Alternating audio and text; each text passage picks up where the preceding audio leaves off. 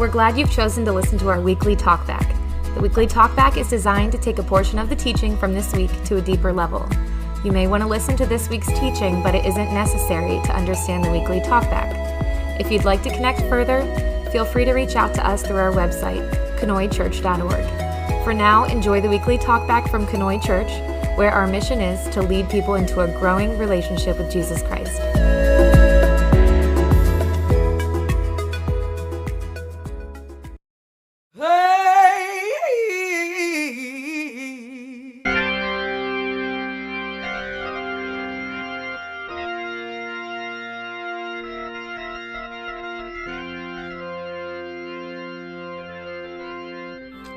Hey there, this is going to be the same intro for all of the upcoming weekly devotional videos. In January of 2022, we did a question and answer Sunday, and you guys submitted so many questions, there was no way that I could possibly answer them all in a Sunday service. So what we decided to do instead was answer as many as I could in that Sunday service and take the rest and make them weekly devotionals. So what you are about to see is a question submitted by members of the congregation for question and answer Sunday, but we're going to be answering these over an extended period of time. So I hope that you enjoy this weekly devotional. I hope that you are having a fantastic day. And if you have any questions about Kanoi Brethren in Christ Church, if you want to get involved in some way, shape, or form, feel free to check out our website, kanoichurch.org, or email me at nick@kanoi.org. Have a great day.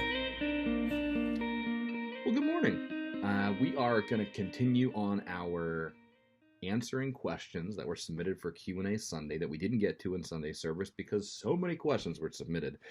I'm pleased to say that this particular question we're just going to scratch the surface on because we have a week of our Simple Church series coming up where we're going to take some time to talk about tithing and, we're talking about stewardship, and part of stewardship is our money, our finances, and also part of it's our gifts, and we're going to take some time to talk about both of those.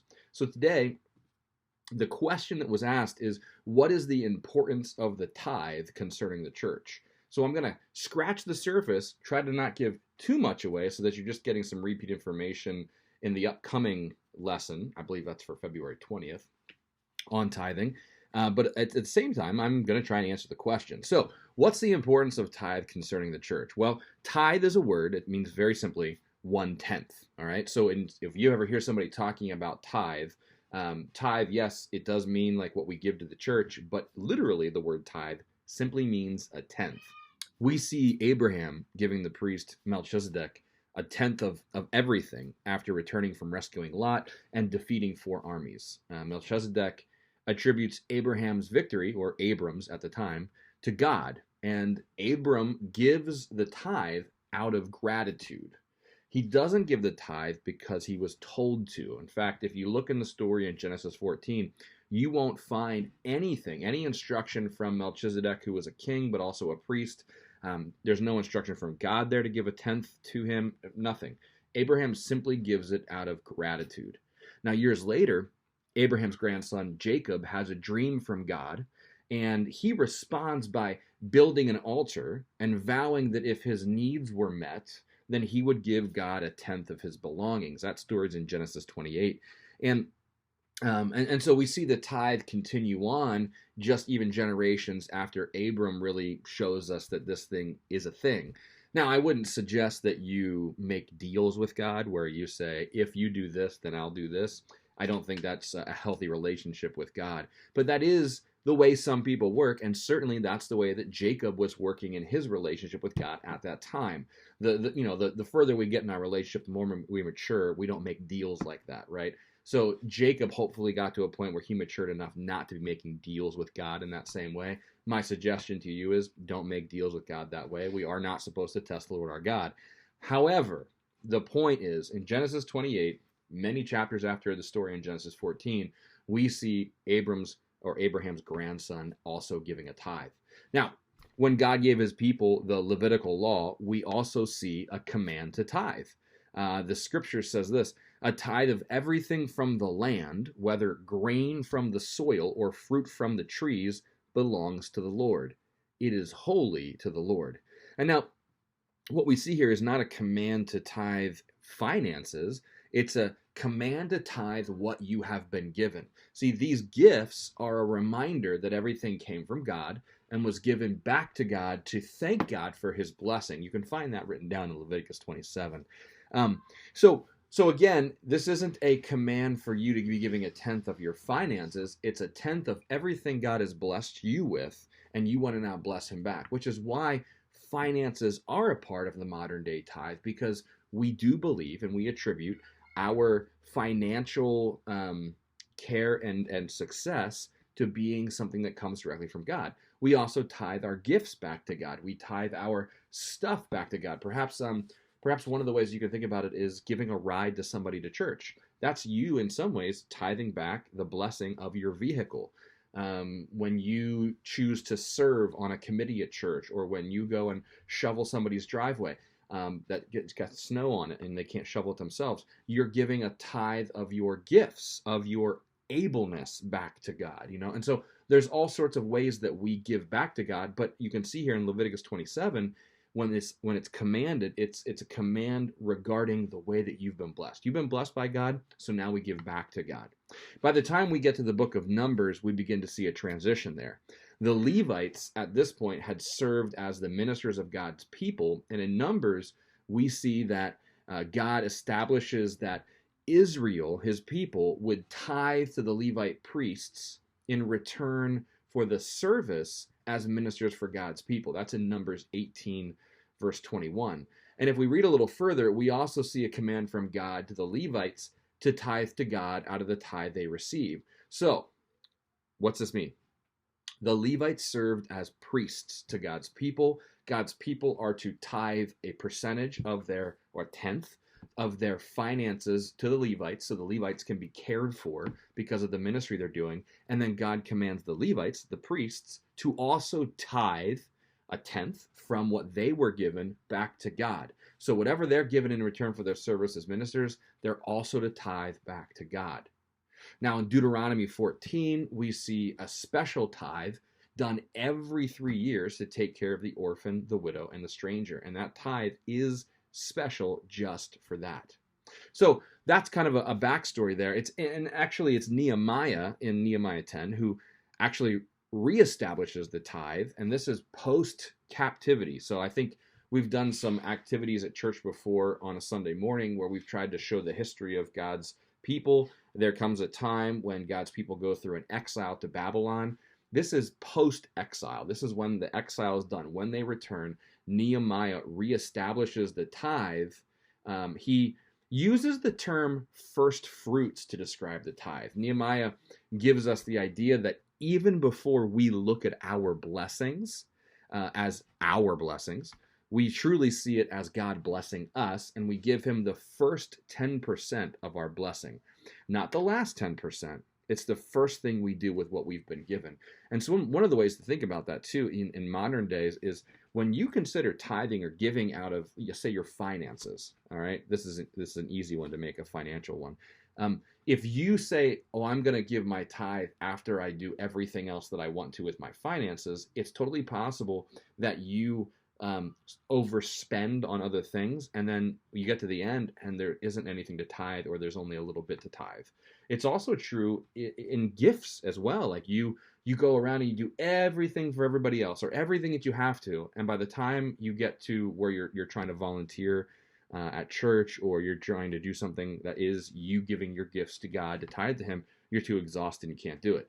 Nehemiah is the one who establishes this idea of first fruits. Before you do anything else, that we take the top 10% and we use that to tithe to God.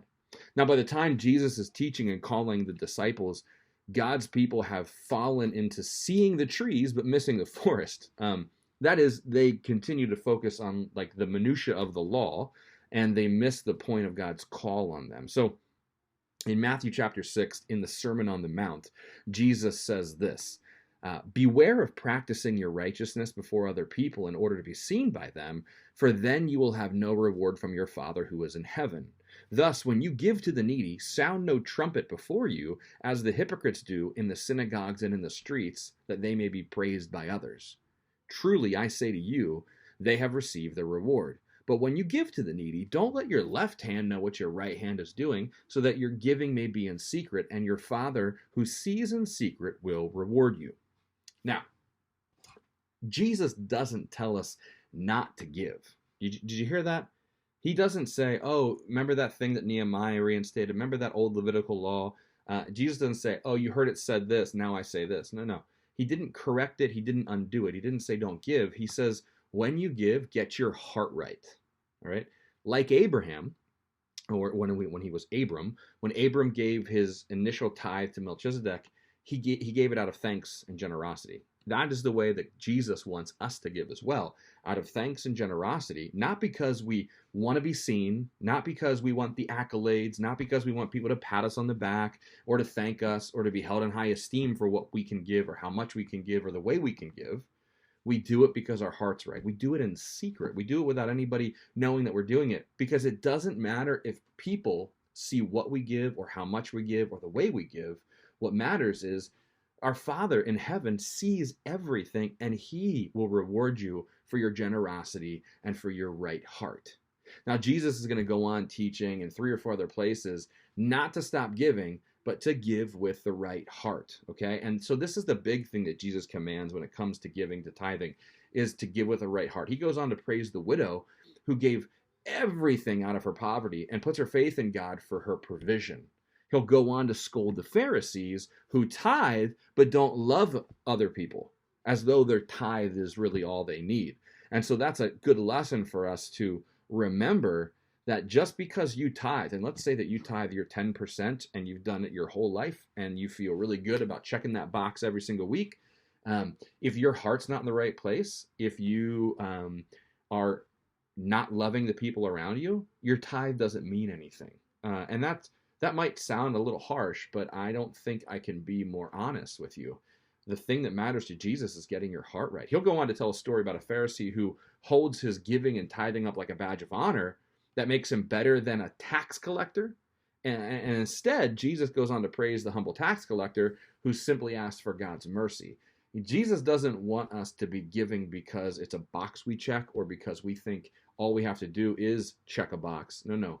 What matters is the way that we live. It matters how we treat people. It matters that we love people. It matters that we love God and love others. And if we can't do that, our tithe doesn't mean anything. So when we ask, what is the importance of the tithe? I think we're asking, why is it important to tithe? And I hope that history really kind of helps you get an idea of where the tithe has come from and why we do it.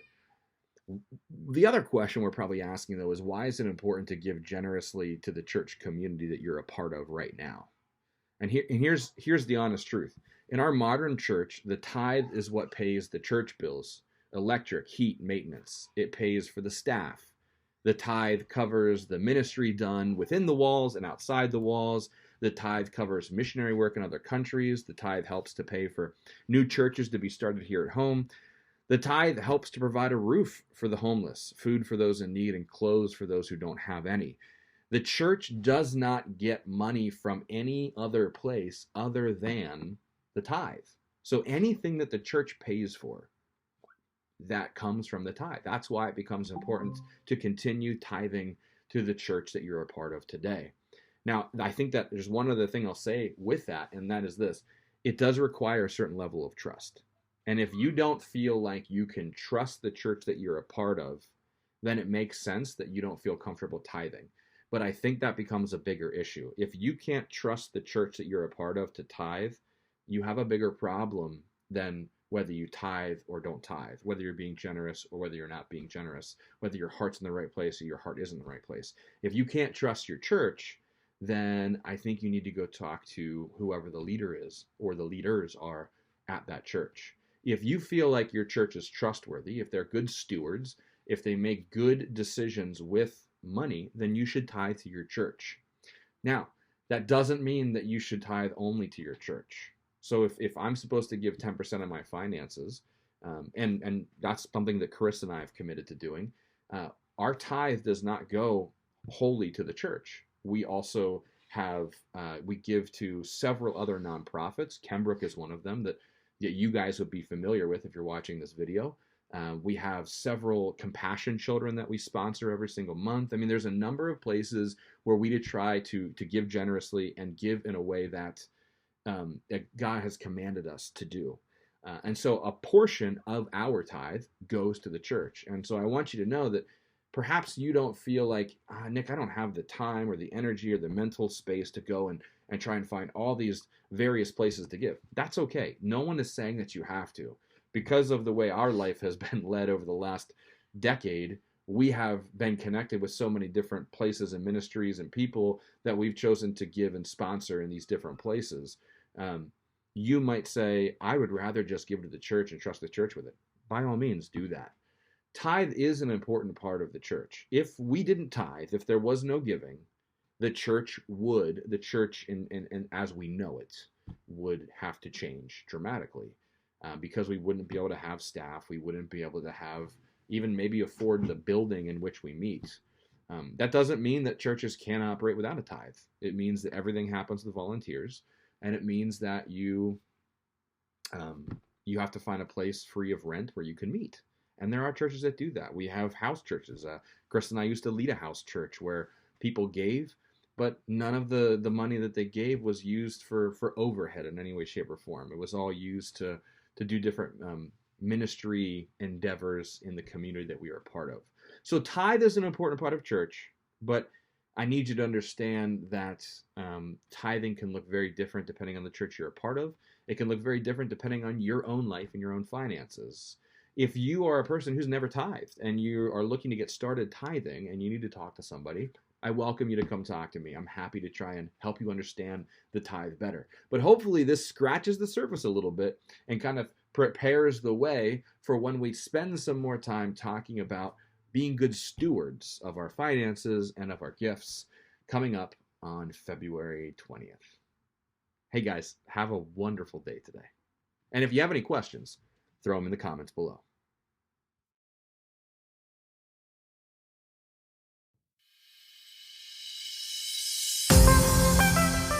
Hi, this is Pastor Nick. Thanks for listening. I hope something that you heard today was very helpful. If you want to connect with us further, feel free to check us out on Facebook, Instagram, or our website, kanoichurch.org. Sure, I'm glad we're in this together.